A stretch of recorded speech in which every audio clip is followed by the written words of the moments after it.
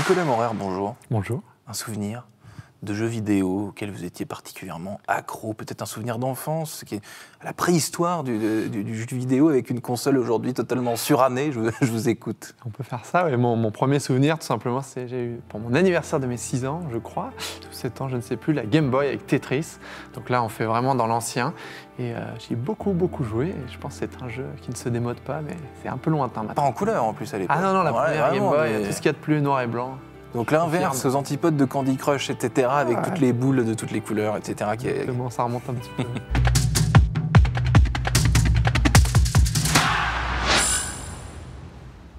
Bonjour à tous et bienvenue au Talk Décideur du Figaro, avec aujourd'hui en face de moi Nicolas Maurer, DG de Team Vitality, acteur installé, disons, on peut dire, de l'e-sport depuis plus de 10 ans.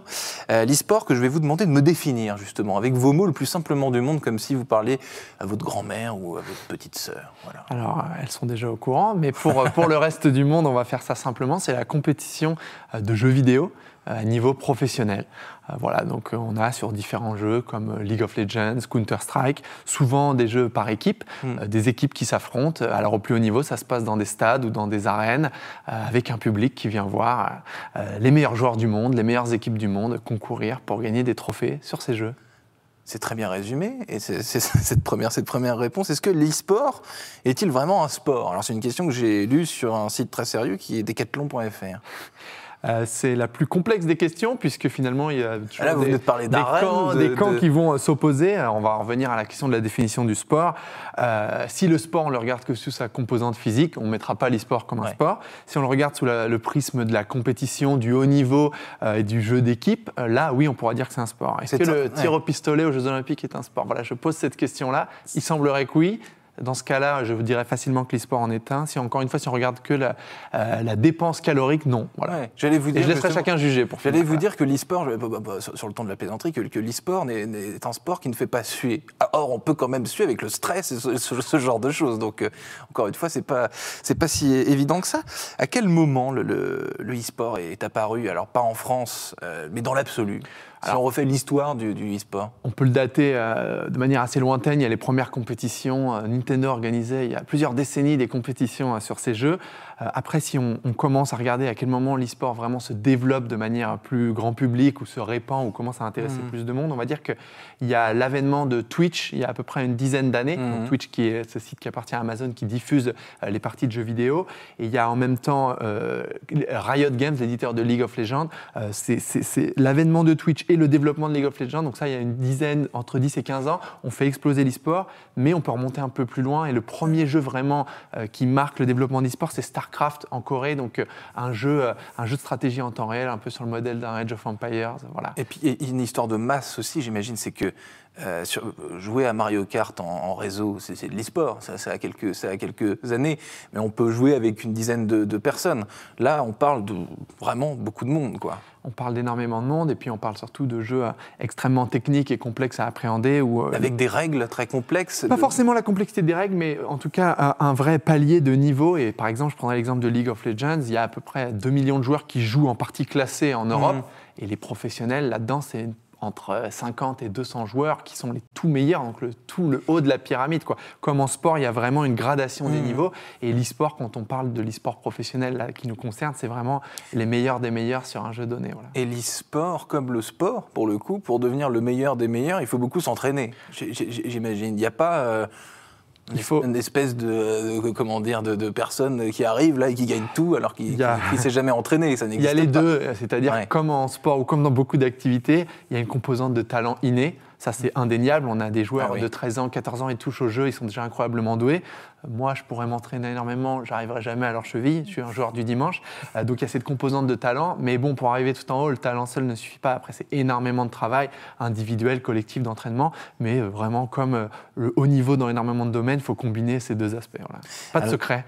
Est-ce que vous êtes tombé dans la marmite dans une certaine mesure? Vous m'avez un peu dit que oui en me racontant votre enfance, mais à quel moment vous vous êtes dit je vais en faire mon métier, quoi? À quel moment vous vous êtes dit il il y a quelque chose à faire, il y a un business, tout simplement. C'était un peu plus de 10 ans, donc moi j'étais sur l'aspect jeu vidéo un pur joueur du dimanche, encore une fois, j'aimais bien jouer, mais voilà, j'avais aucune prétention compétitive, ça n'a pas changé.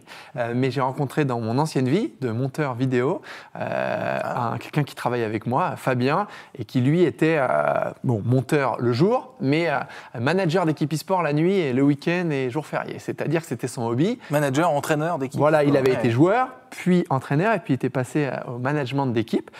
Et lui, donc, c'était sa passion. Ça l'est toujours, 10 ans plus tard. Il y a plusieurs carrières, c'est ce que il a eu plusieurs carrières, et c'était une époque où l'e-sport n'était pas encore développé comme un vrai business. Là, on parlait vraiment d'un hobby, d'une passion qui commençait à bouillonner, à grandir. Et donc, je suis tombé, j'ai découvert cet univers à ce moment-là.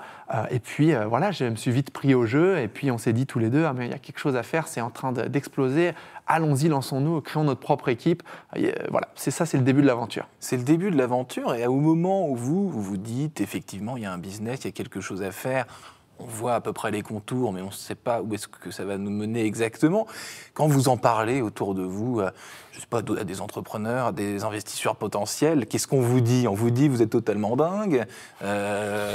Personne n'y comprenait grand-chose, pour être franc. Ouais.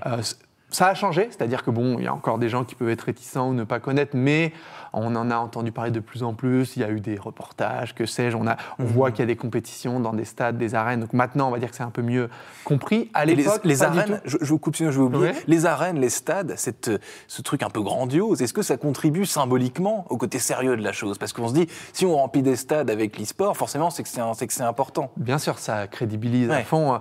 D'ailleurs, on parlait d'investisseurs, on peut parler aussi de sponsors, de partenaires. On aura beau en parler, ça restera théorique. On emmène ces mêmes personnes dans un stade de 20 000, 30 000, 40 000 personnes et on voit d'abord un match incroyable sur les écrans avec une mise en scène incroyable et on voit des fans dans tout le stade qui vont se prendre de passion, supporter leur équipe. Tout de suite, ça crédibilise et ça permet de comprendre de manière accélérée. Et donc, pour en venir au début, en effet, c'était très théorique et très conceptuel. Au fil des années, on a vu, notamment en parlant aux investisseurs, au début un gros point d'interrogation et puis de l'intérêt et puis de plus en plus de compréhension de cet écosystème, du business model qui est en train de se créer, etc. Justement, le business model qui est en train de se créer, il n'est pas aujourd'hui, enfin stable, ce n'est peut-être pas le bon terme, mais disons, il évolue encore, quoi. Vous êtes encore en expérimentation, si je puis dire. À quoi ça ressemble le business model aujourd'hui de Vitality, par exemple ? Tout à fait, on est des pionniers. On a créé un business model dans un univers, un écosystème qui n'existe pas vraiment. On a fait partie des personnes de cet écosystème, des parties prenantes qui ont aidé à le structurer. Aujourd'hui, Team Vitality, on se définit très simplement comme un club d'e-sport, sur le modèle d'un club de sport, donc avec des joueurs sous contrat, on a différentes équipes qui participent à des compétitions. Des maillots, des produits. Maillots avec des partenaires, donc des marques qui viennent devenir sponsors de Team Vitality. On vend des maillots à nos fans. Voilà. Est-ce que ce sont les mêmes sponsors que pour du sport, si je puis dire, ou alors l'e-sport, peut-être plus des marques de tech, peut-être ? Alors, on retrouve une partie des mêmes sponsors, voilà, mais on a aussi des marques qui particulièrement veulent s'adresser à une audience plus jeune. Et là-dedans, l'e-sport est extrêmement intéressant pour ces marques-là, puisque ça permet de toucher une audience plus jeune. On le sait, on a un peu cette ancienne de jeunes qui ne regardent plus la télévision ou beaucoup moins, donc il faut aller les chercher sur d'autres médias. Et via l'e-sport, on va aller toucher ces audiences-là, jeunes, très engagés sur les réseaux sociaux notamment. Donc l'e-sport est utile là-dessus. Donc c'est générationnel, c'est-à-dire qu'il y a très peu de joueurs seniors dans les équipes. Alors, d'abord, c'est un univers extrêmement compétitif, donc on est vite déclassé. Il y a très vite les petits jeunes qui tapent à la porte et donc finalement passer... Allez, maintenant, on va dire que ça va jusqu'à 30 ans, mais il y a peu de joueurs qui font une carrière au-delà de 30 ans, premièrement. Par contre, sur l'audience, maintenant, des audiences qui ont grandi avec l'e-sport aussi et qui vieillissent, c'est-à-dire qu'on peut commencer à rentrer dans l'e-sport assez jeune, mais en vieillissant, il n'y a pas un âge limite ou un âge de péremption.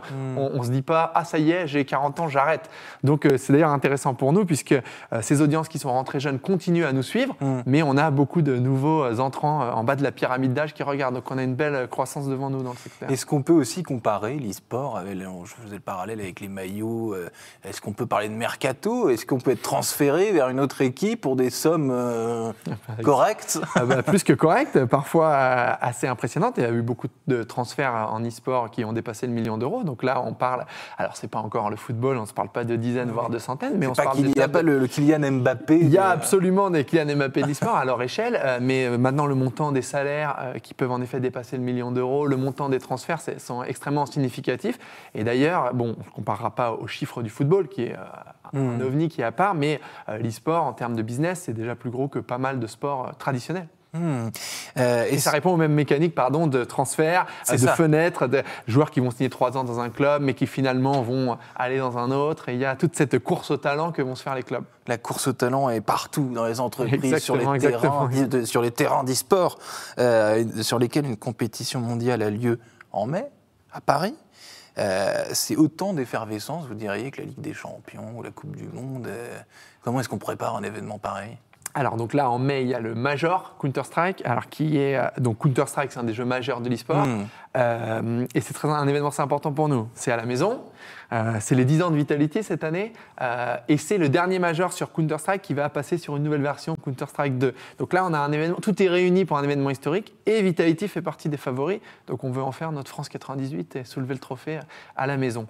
Comment on s'y prépare ? Alors il y a toute la préparation technico-tactique, je dirais, avec les coachs, les analystes, tout ce qui a vraiment trait à la performance. La préparation mentale, psychologique. Exactement, et c'est surtout que c'est des composantes extrêmement importantes dans l'e-sport, donc il n'y a pas la dépense physique. Par contre, il y a une communication constante de 5 joueurs, c'est-à-dire comme on n'est pas en train de courir, on peut se parler en e-sport quand on pratique. Et donc, l'aspect communication entre les différents joueurs d'une équipe, la tactique, ajustement en temps réel, sont des composantes très importantes. Donc il y a toute cette préparation-là. Puis il y a le club qui se prépare à cet événement sur le marketing, évidemment le merchandising avec le maillot du Major, tous les contenus qu'on va faire, toutes nos équipes qui sont là prêtes à suivre nos joueurs pour ce grand moment. Nicolas Maurer, il nous reste 1 minute 30. L'ambition du gouvernement, j'ai vu, donc encore une fois, qui montre que c'est un sujet sérieux. Pour 2025, donc 2025, en grosso modo, c'est demain, c'est de faire de la France le leader européen du e-sport. C'est une très saine ambition qu'on soutient évidemment. D'abord, on a Vitality en France qui est donc le leader français, mais surtout un champion international. Voilà, on fait partie des plus grandes équipes mondiales. Combien il y a de champions français ?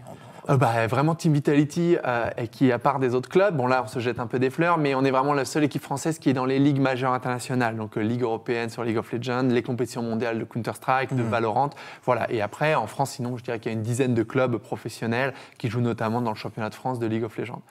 Voilà.